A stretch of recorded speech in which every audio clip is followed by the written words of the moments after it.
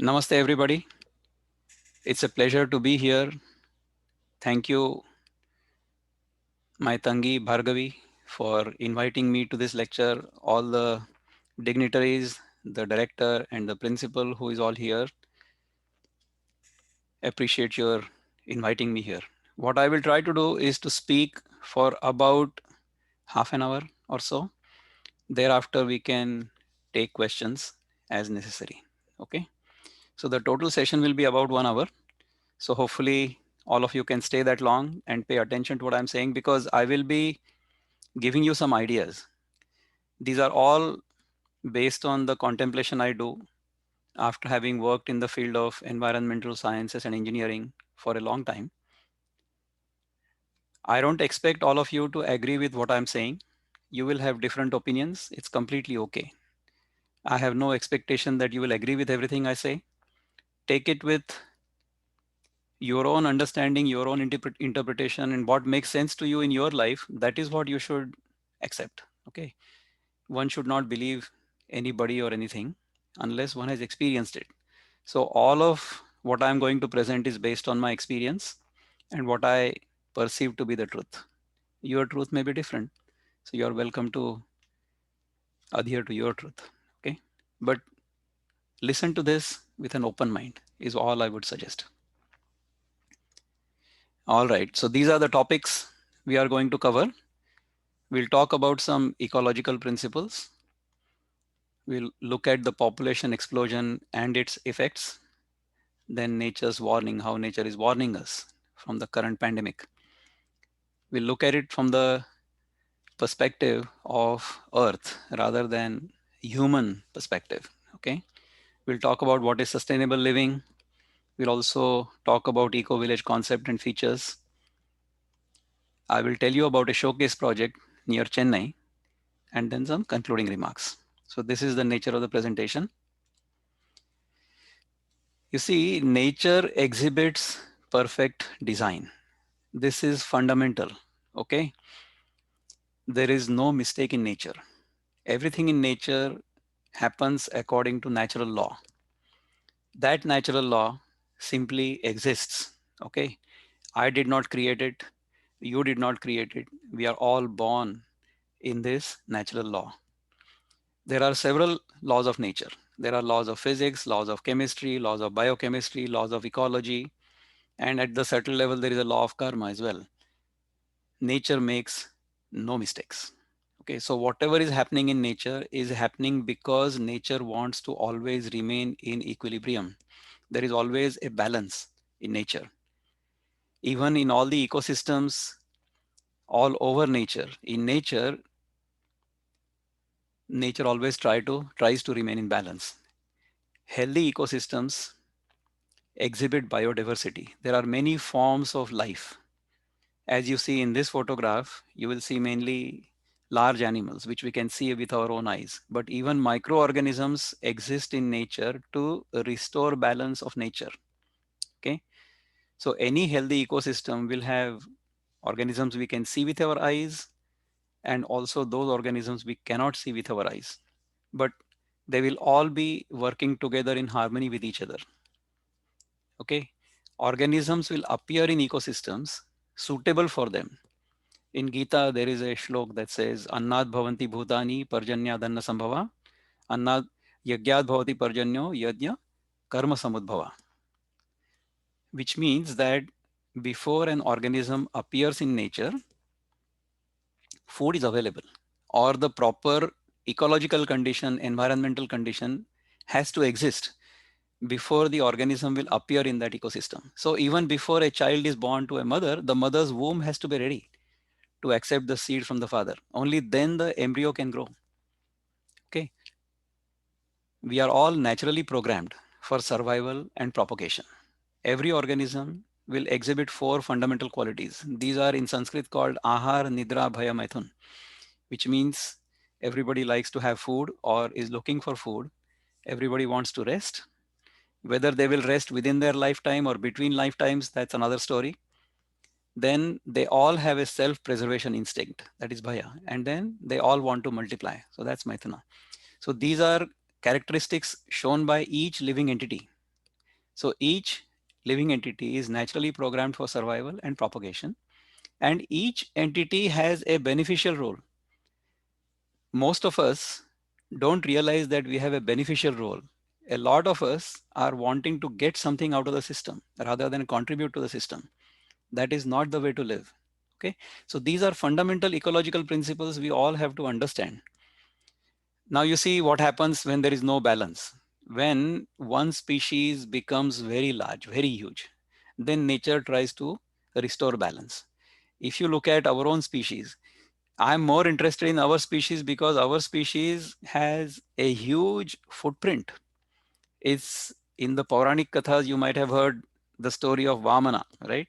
The Vamana avatar, where he puts 1 foot on the earth, 1 foot on the Patala, and 1 foot on the Swarga. And then, you know, this whole creation is being impacted by our large numbers, or our earth is being impacted by our large numbers. If you look at from the year 1700, when we were less than a billion, we became 1 billion in 1804, 2 billion in 1927, and thereafter we have doubled. From 1927 to 1974, we went from 2 to 4, and from there to 8 in the following 50 years. It's just mind boggling how fast we have grown. And then our footprint is very large. So we somehow ravage the environment with such rapid pace and such remorselessness. It's incredible. And because of that, how does nature react? We are going to see. See, because of this increase in population, we all started mining coal from the bottom of the earth and started burning it. Ever since the steam engine was invented in the late 1700s, after that, industrial revolution took place. And since then, we started burning coal from the earth's womb and creating carbon dioxide. All these greenhouse gases that we have been emitting after the industrial revolution, its rate has alarmingly increased, and because of that the temperature of the entire globe has increased. Okay, so since about 1900, the temperature has gone up by almost 1.2 degrees Celsius. That's a phenomenal increase in temperature. All right, because of that we have seen the increase in population. Did anybody say anything just now? Can you please mute yourself? So to sustain the population, we have cut down forests. Okay, so deforestation has happened to a very large extent. You can see these devastating pictures of deforestation all around the world. Okay, I always love the way Calvin and Hobbes used to critique our human condition. The author of this strip is no more with us, but he created such a phenomenal strip for all of us to enjoy all our life. I used to love this because our daughter used to look like this Calvin at one time. So I used to call her Calvin when she was a little baby. And she was very witty, just like this Calvin in this strip. So here, see, in this strip, this tiger is always a toy when there is a third person in the frame. You can notice it. Anytime there is a third person, like Calvin's mom or dad are in the frame, then the tiger is a stuffed toy. But whenever there's only Calvin and Hobbes in the picture, then this tiger comes alive. And this tiger actually talks to the boy. So it's like the boy talking to himself through the tiger.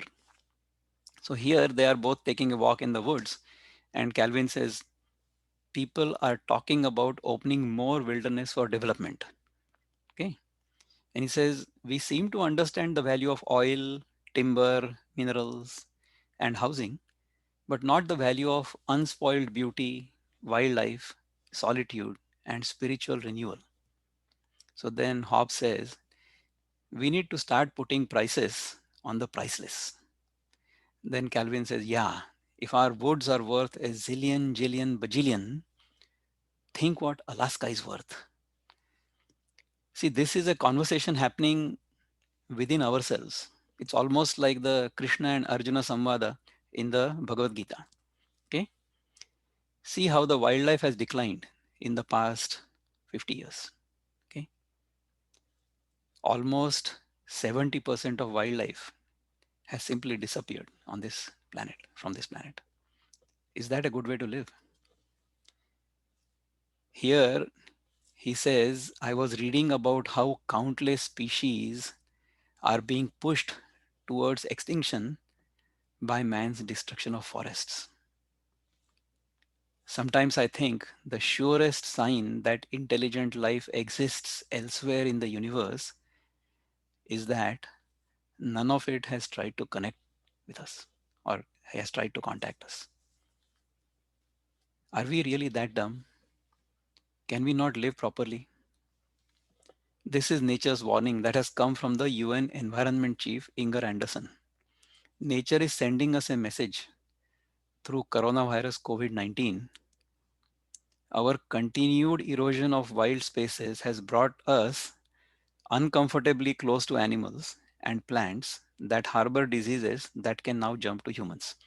So there is a theory that says coronavirus came to us through bats, and those bats were being sold in a wet market in Wuhan. If that's really true, it's a scathing statement on the way we live. Okay? Look at this whole thing from a different perspective. Just like we take care of the human body, the earth is also like a body. Consider this whole planet like one body, one organism. Okay. So this organism is having a fever right now, or has had a fever for the last several years. Over the last 150, 200 years, the temperature has gone up by 1 degree or above. Why has this gone up? This is because of excessive human activity.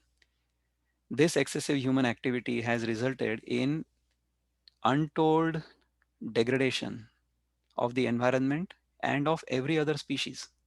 Okay. Is that really the planet's ailment? That's what I think. Because of that, the planet's temperature has gone up. Now, what has nature done? Nature has come up with a medicine, and that medicine is called the coronavirus. This coronavirus medicine has forced us to slow down our activities. It has forced us to stop non essential activities, and therefore, the environmental quality has improved. So, nature has administered a medicine on itself because one organism on this planet has become completely wild, and that organism is called Homo sapiens, destroying nature like anything. Look at what's happened in a few weeks of lockdown. Okay, if you look at this picture in Delhi before the lockdown, the air was so thick with smoke and dust and all that, but after the lockdown it became very clear. This happened only within about a week. Okay, so the picture on the left was, although it was taken in November, this was the case before the lockdown on 22nd of March of last year. So on the 1st of April, the air was clear. Within a week, Yamuna became very clear in Delhi. Within a week, wild animals, peacocks, started roaming on the streets of Mumbai. So this is what can happen. You see, the earth is not owned just by humans. It is owned also by other organisms. So when human beings stopped going out, then other organisms simply took over. You see, we should look at environment as our mother nature. That is how we treat the earth as our mother. In our tradition, we call the earth as Bhumata, mother nature. Nature has five fundamental elements. These are called Pancha Mahabhutas. Okay, these five fundamental elements are space, air, fire, water, and earth. Each of these elements has a specific quality. So space is associated with the sound, air is associated with touch, fire is associated with vision, water is associated with taste, and earth is associated with smell. Shabda, Sparsha, Rupa, Rasa, Gandha.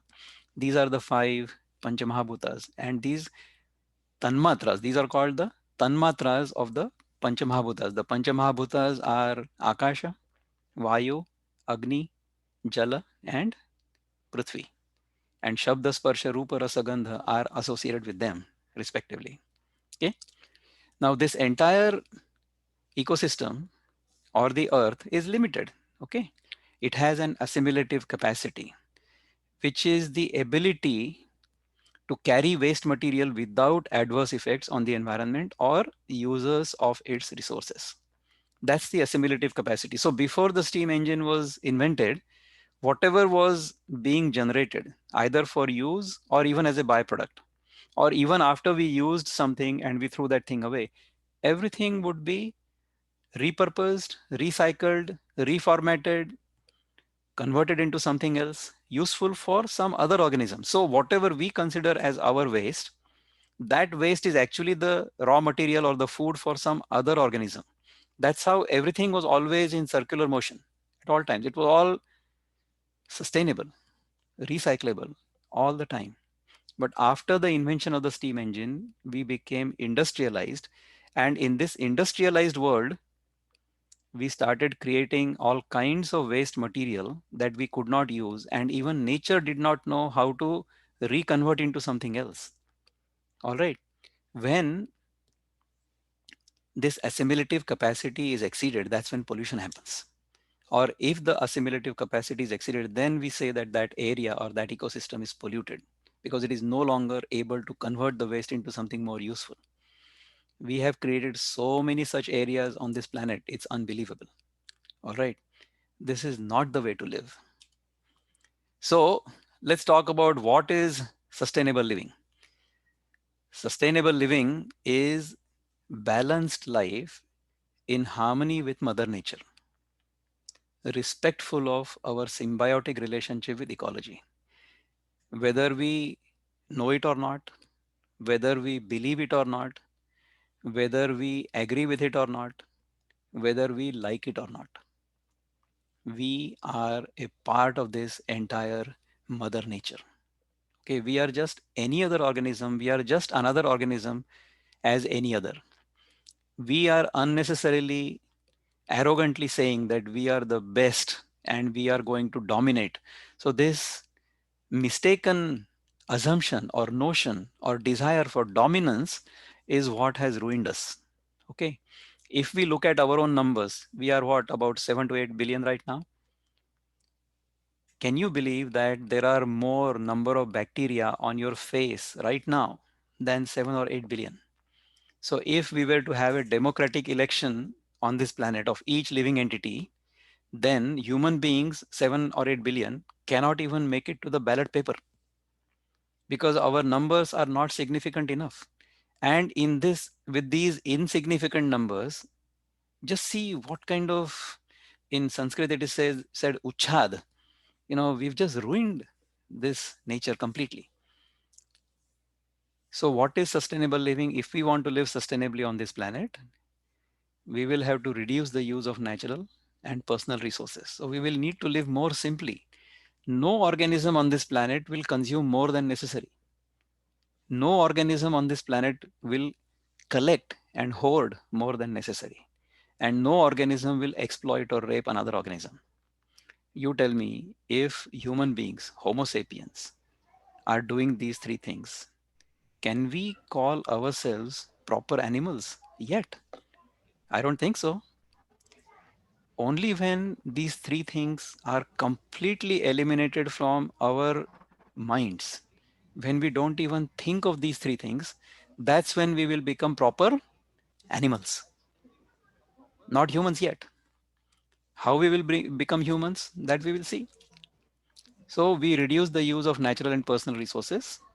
We reduce the ecological or carbon footprint by altering methods of transportation, energy consumption, and diet. Okay, so out of this, I have done many experiments on diet. In fact, this whole program is being live streamed on Sattva channel, sattv.life, sattva.life. This is an initiative we are doing. Pooja, my sister, is here. She and I founded this thing. Through this initiative, we share our experience of how diet purification can lead to purification of the mind and lead us to realize who we are, which is the ultimate goal and grand prize of being in a human body. Okay.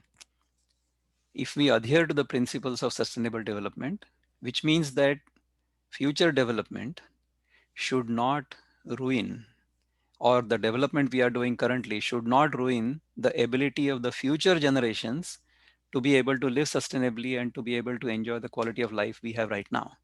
We cannot be enjoying a quality of life and ruining the ability of future generations to enjoy that kind of life because we have ruined the environment. That's not sustainable.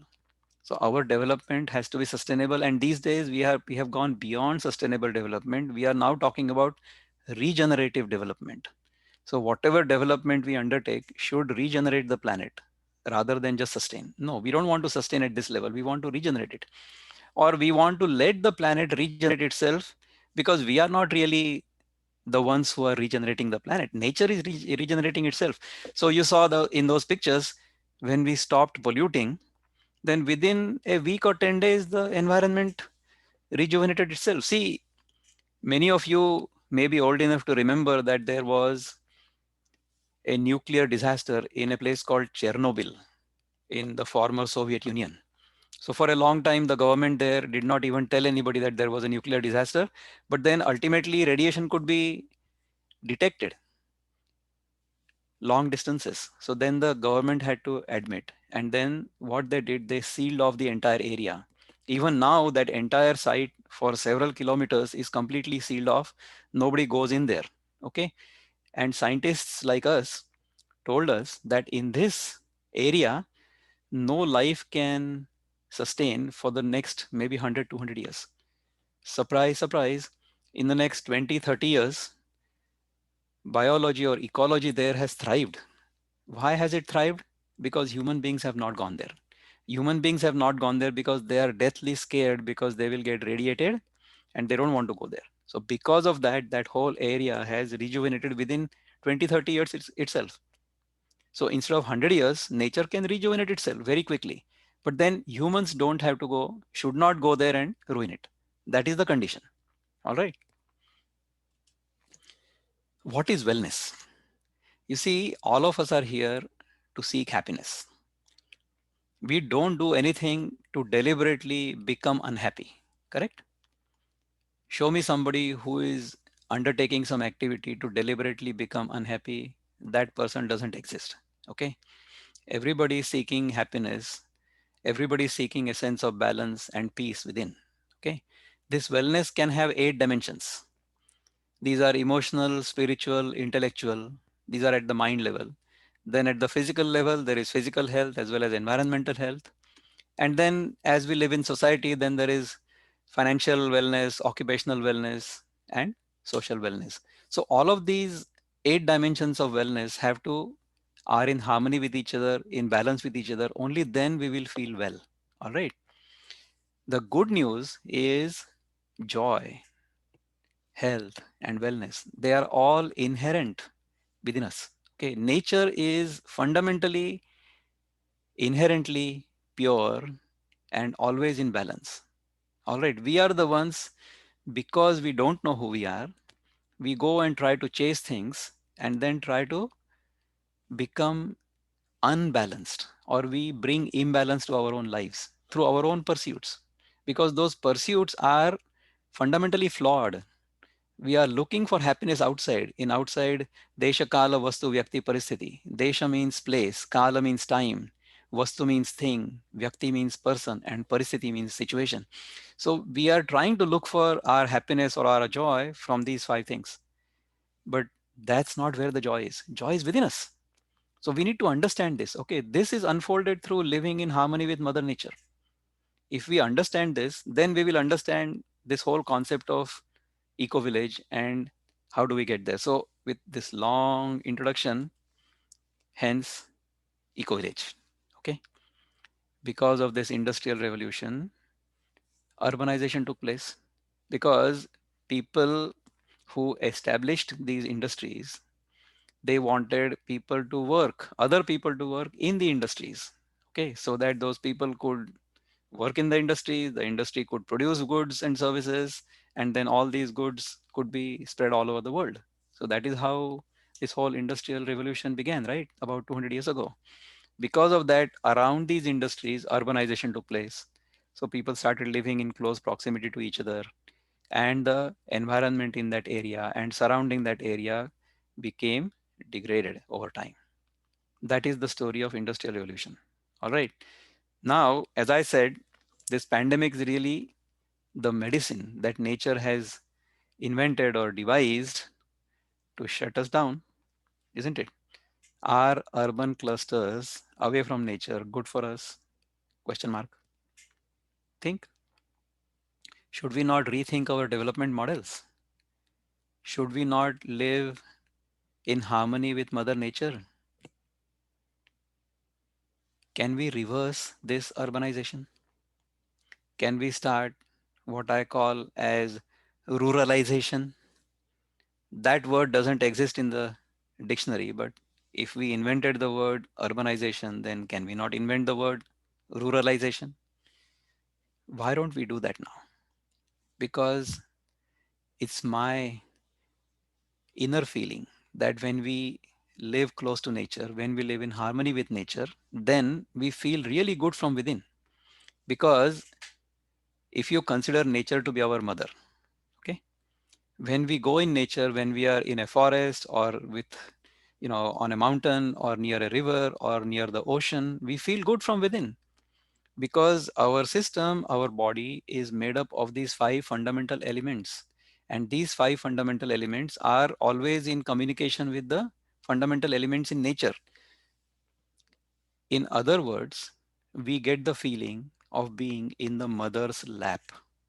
That is why we feel so good from within whenever we are in nature. If we treat nature as our mother, then what will we do?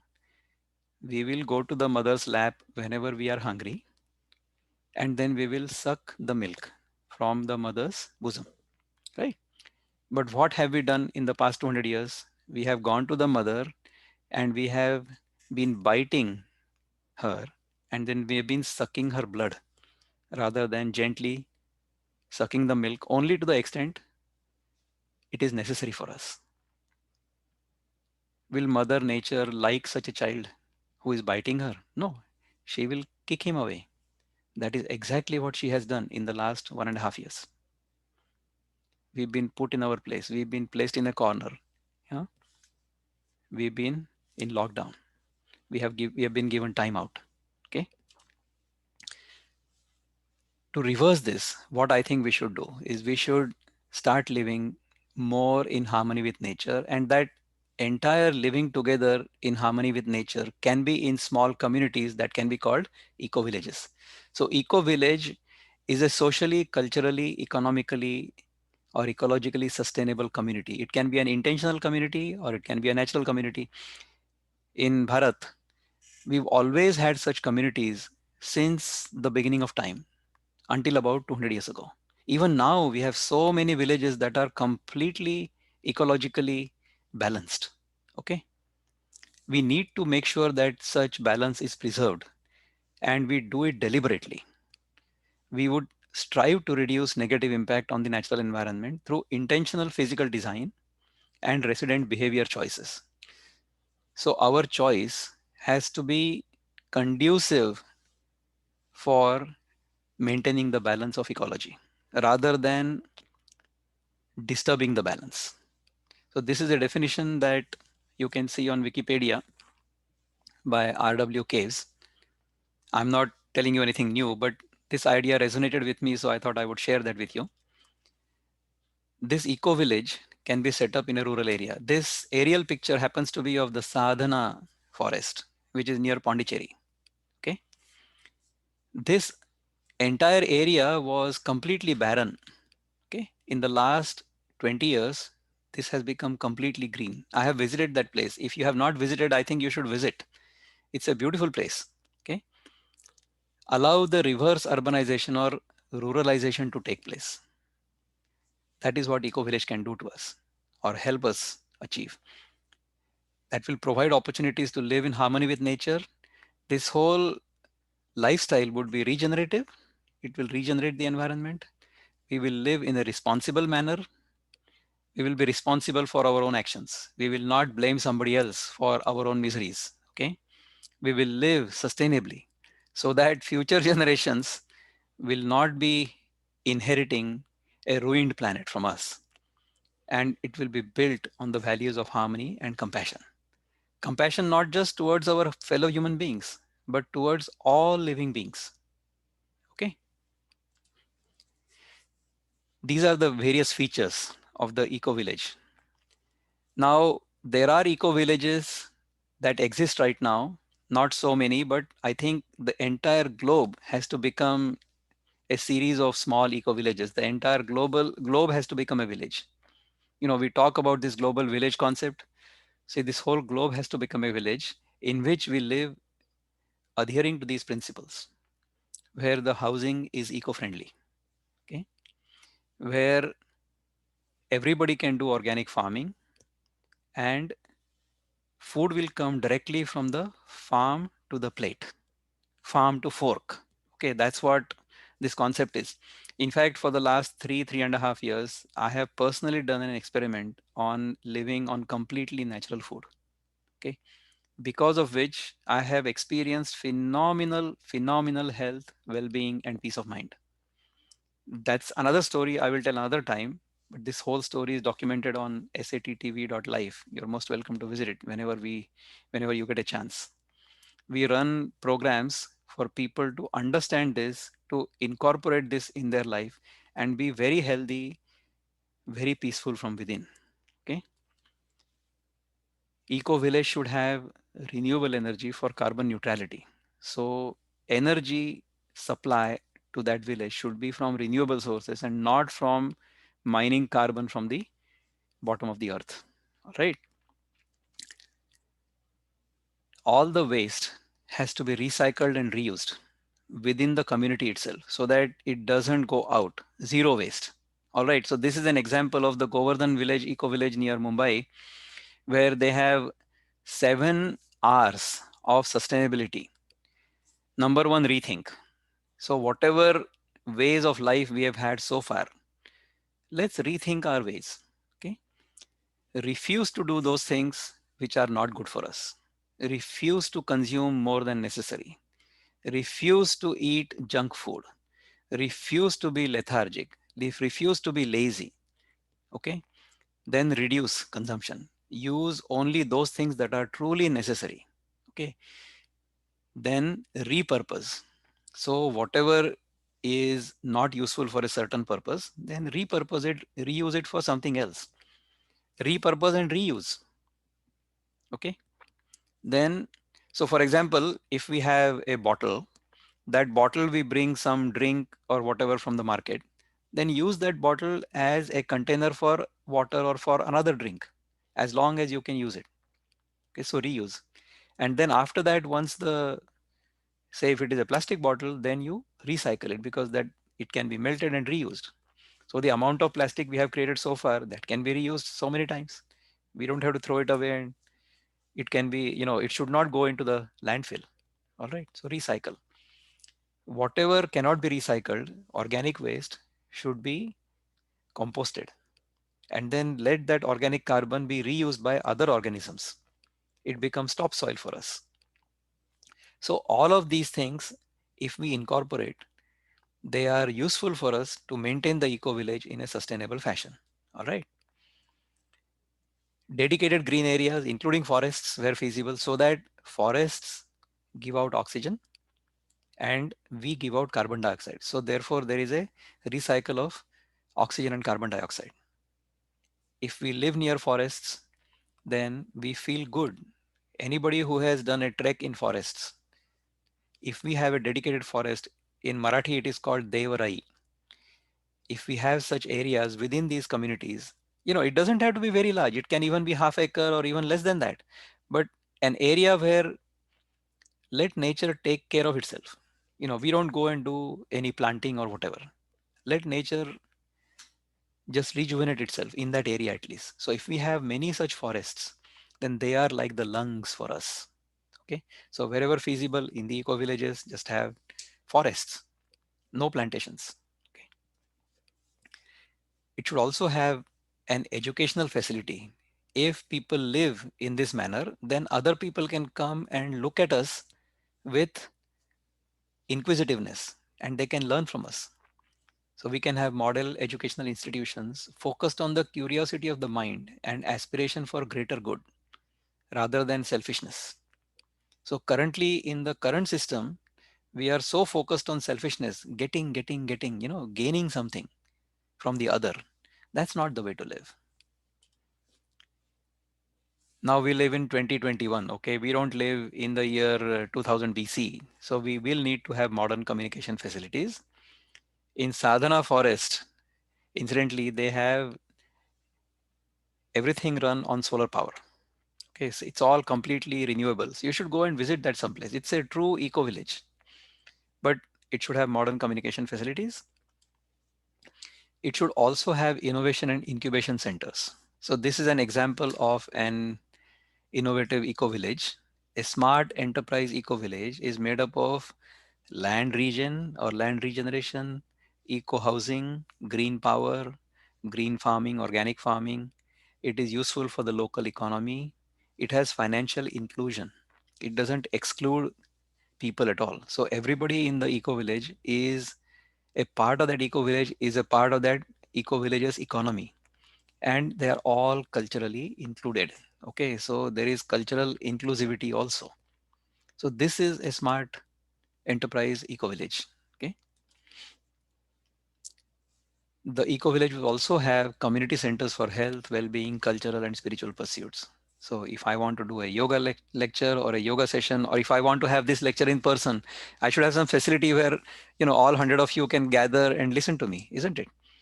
So these are a couple of examples of community centers for health, well-being, and cultural and spiritual pursuits. Now I will show you a showcase project near Chennai. So let's see if I can get this video to start. So I'm going to start a new share, which will be this video. So let's try to run this video and hopefully you can hear it. Where is home?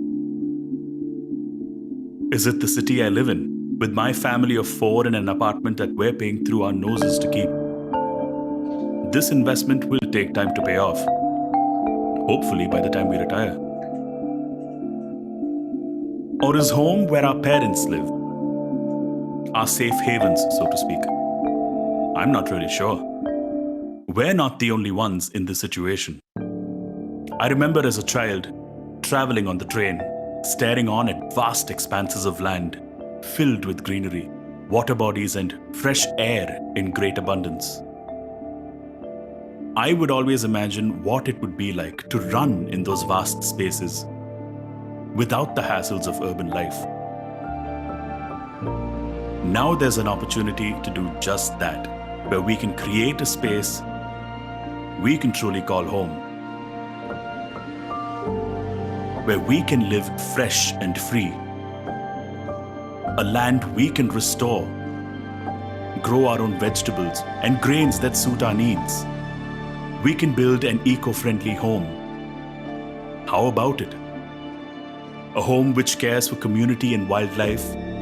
We can also share our worldly skills with those who desperately need them. We will return to pesticide-free farming.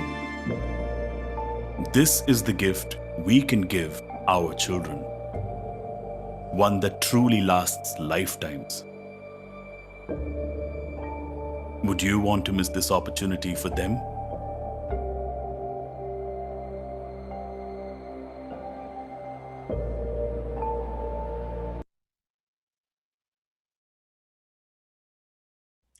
Hopefully you liked the brief video we had.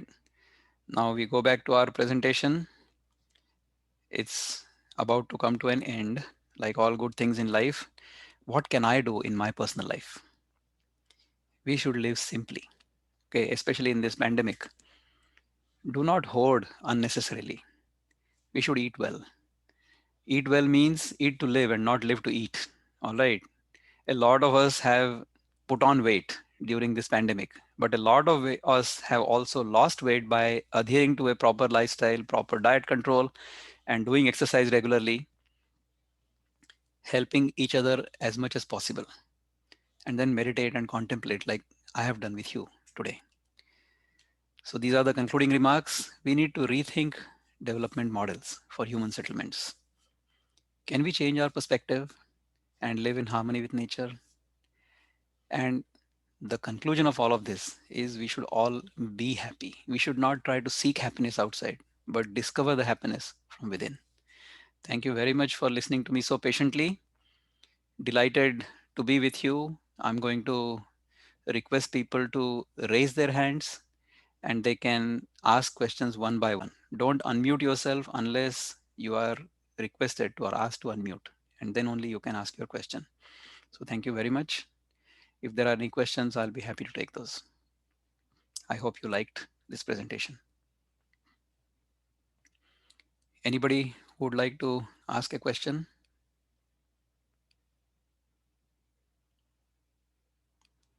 Was my presentation so clear that nobody has a question? Or did I confuse you totally? So there is no question.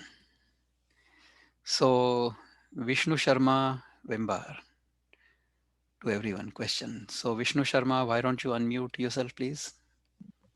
And then I So would love to talk to you. thank If you, you sir. can turn your video on, then people can see you as well. Sure, sir. Thank you. Yeah, Thanks a lot for this insight. Sir, I had a question. When you talked about sustainability and eco village, do you think people getting into promoting this sustainability and and with Dow Jones and other countries creating sustainability index itself, and people are investing on water as one of the commodity. Do you see that we can build a career in sustainability and in promoting sustainability as a as a theme? absolutely. In fact, I mean, because sustainability should be the core of whatever we do. Whether we are engaged in teaching, whether we are driving a taxi, or whether we are a farmer, or whether we are a teacher, it doesn't really matter. Sustainability and a reverence towards Mother Nature is sacrosanct. It doesn't matter what our field of study is. We must understand, recognize that we are natural beings and we live here as children of Mother Nature rather than trying to dominate it. Okay. So we have to learn to live with that kind of reverence. People unmute themselves. They are thinking that they want to ask a question and they unmute themselves. But your turn has not come yet, so I can hear the background noise. Please don't do that. If you want to ask a question, you raise your hand and then we will ask you to unmute yourself and then you ask the question. That will be great.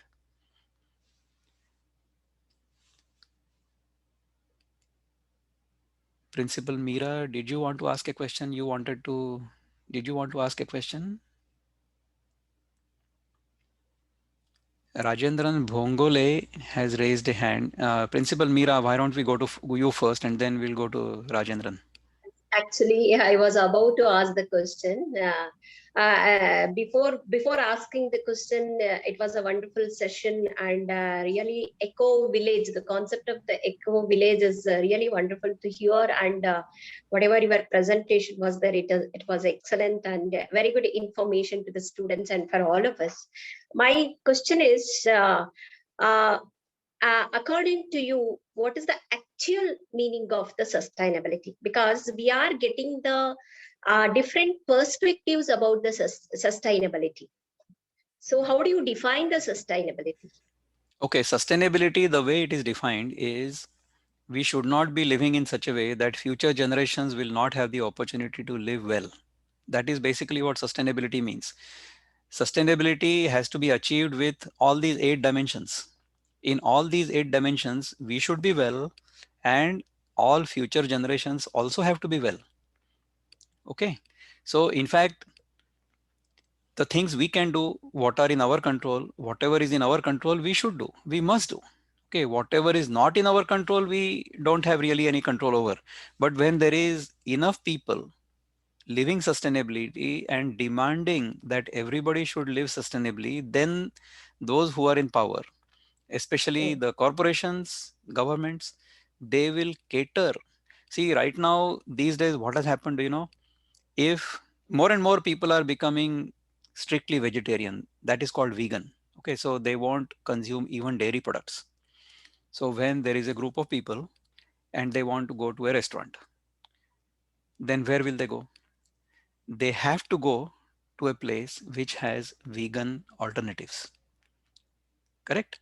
So when we go to such restaurants, those restaurants do well, and the other restaurants that don't have a vegan choice, they don't do that well. So the market itself readjusts to the demands of consumers. So we as consumers have to become wiser.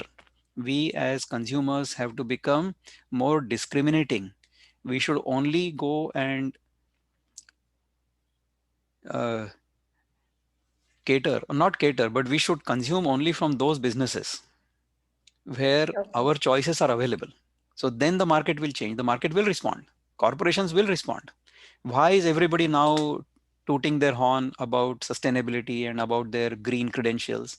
Because consumers are demanding it. So that's Hmm. the way to move forward. So sustainability means future generations should be able to enjoy the kind of life we are enjoying. In fact, they should enjoy a better life. That is our Yeah, responsibility. in all aspects, I think, Absolutely. in the form of all the resources, I think. Yes. Hmm? Now, as I Yeah. told you, in nature, no organism will consume more than necessary. No Yeah. organism will hoard more than necessary, and no organism will exploit another organism. So Hmm. once we start living like that, once we don't have these three things even in our mind, then we are becoming proper animals, right?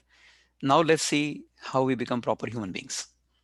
And I will tell you the secret why I call Bhargavi as my Tangi. Now we all Hmm. say and we all think that this body is me. Within this body, I exist, and outside the body is the world, isn't it? But let's see how this body got constructed. Okay. We were not downloaded from our mother's body in this shape, right? We came little, maybe 3 kilos, 4 kilos, like that, little baby. So that baby has become this much by how? How the body has become such size, so big. Because I'm going to mute you because your phone just rang, uh, Principal Meera. So it's okay. So this body became this big by the food we consumed. Correct?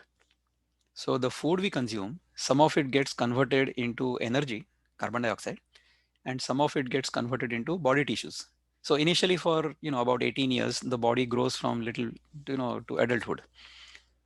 So there the body is building itself, molecule by molecule. Okay.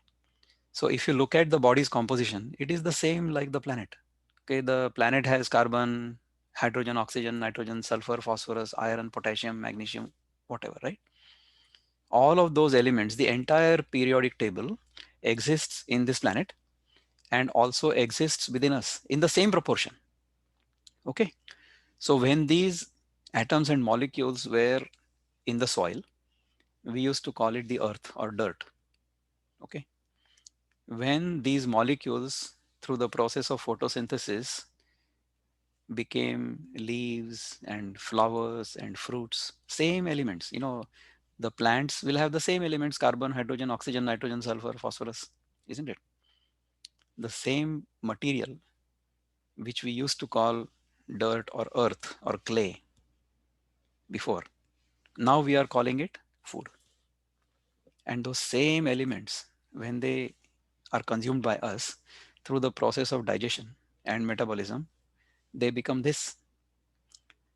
So the piece of clay has become food and also become Vikram. Correct? So my body is a piece of clay, but the piece of clay called Vikram is calling or talking to you, another piece of clay, Meera or Bhargavi, because there is something within us that is animating this piece of clay. That principle, although not visible, can be felt. That principle is called life. Okay. This life within me and within you is common. Right? Now, since our body has been created from Mother Earth, we are all children of the same Mother Earth, and our Father is Father Life. Once we understand ourselves in this manner, then with this relationship, because we have the same mother and the same father, we are real siblings. So then this is not just a pledge that, I am an Indian and every Indian is my brother and sister. No, this is a feeling from within us. This is based on understanding. This is based on pure science. This is logical. This is fundamental. Okay. Anything else other than this, we consider ourselves to be that, I'm a man, woman, educated, uneducated, rich, poor, Hindu, Muslim, Christian, all of those things are notional. Those are completely notional. What is fundamental is I'm alive, my body is created from the earth, and my father is the same father for everybody. In Christianity, they call it Father Life or Father, Holy Father. In our case, we call it Paramapita, Paramatma. Muslims will call him Allah. You cannot see that principle, but that principle is unmistakable. Okay. That principle is called life. I'm alive. Do you need to ask somebody else? Just check whether I'm alive or not? No. Our aliveness is self-evident.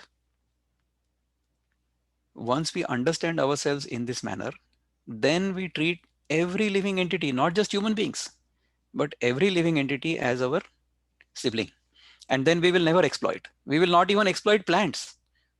Then what will happen? We will only take as food what the plant is wanting to give up, willing to give up, encouraging us to consume. What is the plant encouraging us to consume? It's fruit. Why is it doing that? Because when we eat the fruit, then we will spread the seed somewhere else, because the plant cannot move. We can move, we have feet. So we eat the fruit and we throw the seed somewhere else. That's how the plant will propagate. That is nature's way of regenerating, rejuvenating itself and living symbiotically. If we do not do that, if we do not contribute to this whole process consciously, then we will ruin ourselves. About that, there is no doubt. So for the past almost 3 years, I have eaten whatever is grown on the earth without processing it, just like that. Okay. For the last almost a year, I've been living mostly on fruits and nuts. I will eat a little bit of cooked food every now and then, but mostly fruits and nuts. That is sufficient, and only twice a day. That is the way to live simply. When we live simply, when our carbon footprint is low, I have an entire different presentation on how diet purification can help us maintain our own health and maintain the planet's health. If we live in this manner, then we will have done at least our part, isn't it? So if we do our part, that is great. I cannot do your part. You are doing your own job very well. You should do your job. I should do my job. Right now, I am a speaker. So I should speak properly. I should adhere to the subject, and I should make sure that my thoughts are being conveyed properly in simple language. And you are supposed to be a listener. You should listen to me carefully, attentively. Whether you are doing that or not, I have no control over it. Okay. I have control only over my actions. I don't have any control over your actions. But when I do my duty properly, then your right is protected. That is how we live together in harmony with each other in a democratic fashion. But if I demand my right, then I create a disturbance in your life. You cannot do your duty properly if I demand my right, because I will do, Bharat Bandh, Karnataka Bandh, Maharashtra Bandh. Why? Why should I stop other people from doing what they need to do? Everybody should do and should focus on what they need to do. Therefore, my doing my duty protects your rights. That is how we need to live. That is being human. So I told you this whole story about how we need to first start living properly as animals. And then when we start living consciously in this manner, considering each person here as our sibling, that's when we become truly human, isn't it? So that's what I wanted to say. There are two hands up here. So first, Rajendra, if you can unmute yourself and ask your question would be great. Thank you, sir, for the enlightening topic as well as sharing with the younger generation here. The question is, I feel for myself and as for the younger generation with us today, where is the starting point for the eco village in India? Can you share some of your experiences? How do you start? Because we are from diverse backgrounds, especially we would like to move to the rural side, but the backgrounds are different economically and different. We are so many other diversified areas. So how do we start off? That is my question. Where is the seed, and can you share your experiences? Thank you, sir. Correct. Thank you so much for this good question. You see, eco villages are coming up. They are popping up at various places right now. I gave you the example of the Anasuya eco village near Chennai. It's halfway between Chennai and Pondicherry. It's currently in planning stages. There are other communities also that are advertised as green. Even within our own life, see, we may not be able to move from wherever we are right now to go to an eco village. I cannot go and live in an eco village, but I live in a eco-friendly community. In my house here in America, I have geothermal heating, which helps conserve carbon. All right. Around my house, there is a lot of greenery. There are plants. Of course, in the winter, all the leaves will go away. But now there is springtime. It's all green outside. It's all beautiful. I use in my personal life, I use a hybrid car, at least, half electric and half petrol. I try not to go unless I really have to. I eat only natural food. So I try to do whatever I can do, what is in my control, I do. All right. With this, I can set an example for other people. So I'm not just an environmental engineer by training, but also an environmental engineer in spirit and in practice. So if I live in this manner, if I live simply as I can start from there. Okay. When the time comes, I give this up and I live in a sustainable, intentional community. I can do that. In fact, such intentional communities will become more and more available as time passes. I'm imagining in the next 15 to 20 years, we will all start living on renewable energy. We will have to because there is no choice.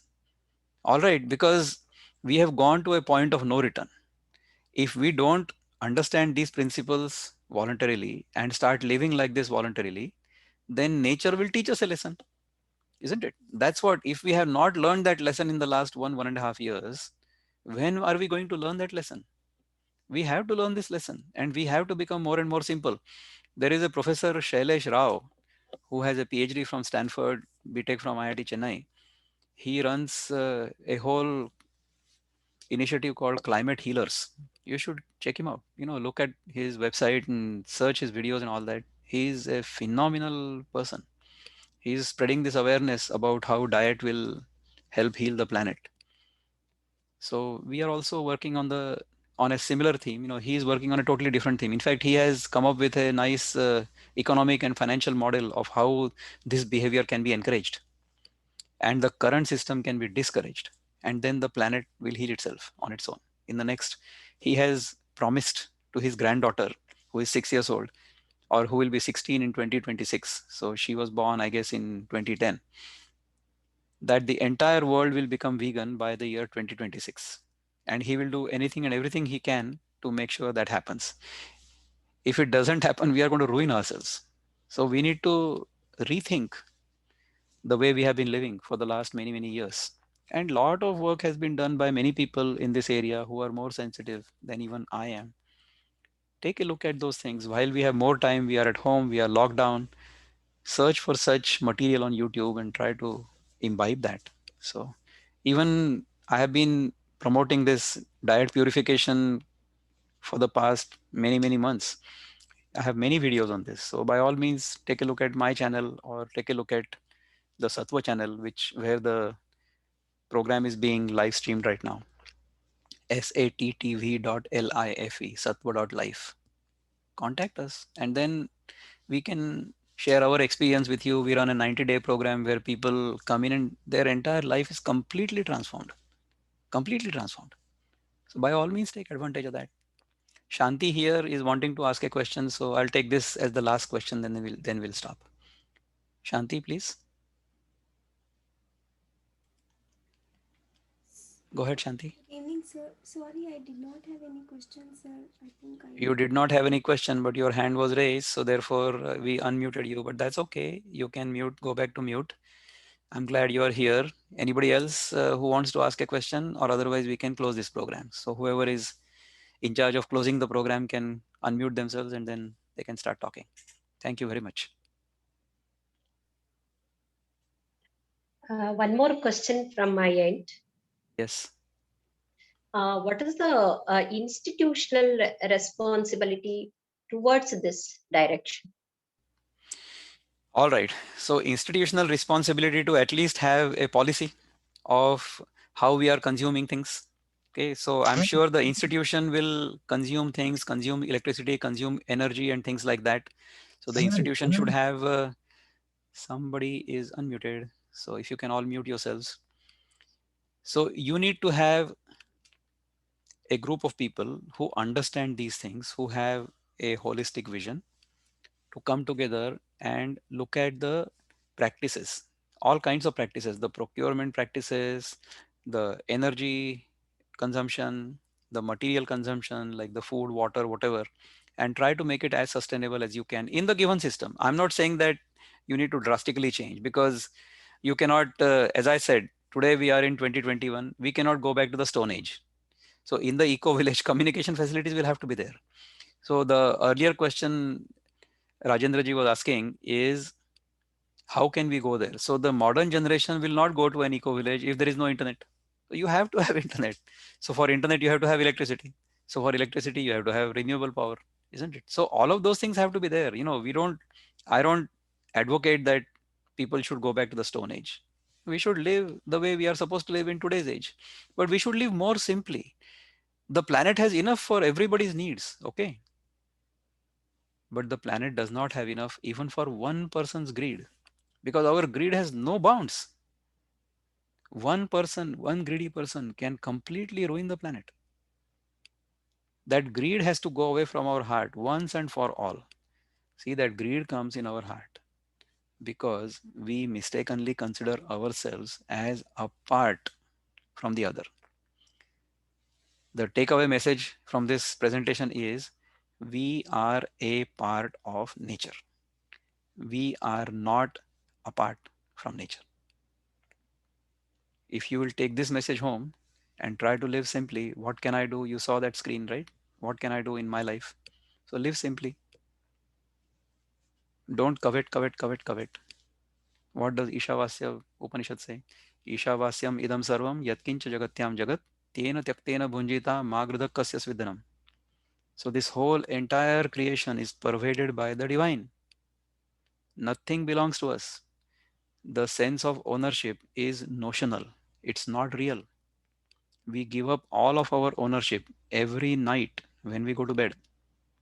At that time, we are not this body, we are not this mind, we are not rich, we are not poor, we are not educated, we are not uneducated, we are nothing. We lose everything and merge with the divine every night. All right? That is our essential nature, not the notional assumptions that I am man, woman, rich, poor, all those things. Nothing. Think of that. Concentrate on that. When you discover who you are, that's when you are truly happy.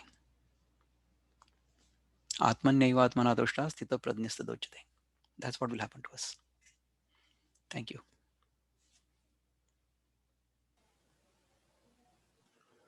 Thank you, sir. So I would be proposing the vote of thanks. Let me start with the proverb. So each one of us matters, has a role to play, and makes a difference. Each one of us must take responsibility for our own lives. Above all, show respect and love for living things around us, especially each other. This is a quote by Jane Goodall. Good evening, everyone. I, Vemba Vishnu Sharma, a sophomore semester student of Shishadrapuram PG College, feel privileged to propose the vote of thanks for today's international webinar on the subject Eco Village towards Sustainable Living. Principally, I extend my heartfelt thanks and gratitude to Dr. Vikram Patrikini, CEO, Principal Partner of Peace USA, for accepting our invitation and educating us on the importance of ecology, alternative transportation, reducing carbon footprint, and sustainability on the whole. And I also thank Sattva for moderating this event. Sir, your lecture on the theme inspires us and prompts us to act towards sustainability, as it is no longer about doing less harm, but it's all about doing more good. Thank you, sir. It is essential for all of us humans to be grateful towards our nature and its resources. And as part of our actions in promoting the theme of sustainable cities and communities and climate actions, part of the UN's blueprint for sustainable development goals, I extend Rotaract Club of Shishadripuram College under the Rotary Bangalore Sentinel RI District 3190 for adopting these goals as part of their action plan in giving back to society through this webinar. The event was enhanced with love and care and was possible because of the association with I Love to Care India. Thanks to Mrs. Nandini Jagannath from I Love to Care for your association with the Rotaract Club of Shishadipuram College for partnering for the greater good. Shishadipuram Educational Trust has been the torchbearer in contributing to community development through its value-based education and various initiatives, which could only be possible because of a supportive management. On behalf of all the participants and stakeholders, I thank MS Natraj sir, Chairman of Governing Council in his absentia, for their constant support and encouragement for our initiatives. I thank our respected principal, Dr. Meera HN, for her never-ending encouragement and her endorsement for our welfare agenda. I thank our beloved director, Dr. Bhargavi VR, Director, Postgraduate Department, for her continuous guidance and coaching on contributing towards social welfare initiatives. I also thank our teachers, Ms. Reshma and Mr. Swaroop, and all the other UG teaching and non-teaching staff for their support in the background and from the foreground, and offer my special thanks to students for showing interest in this cause by attending to learn, make, create a difference. Thank you, and let's learn to live sustainably. Thank you, sir.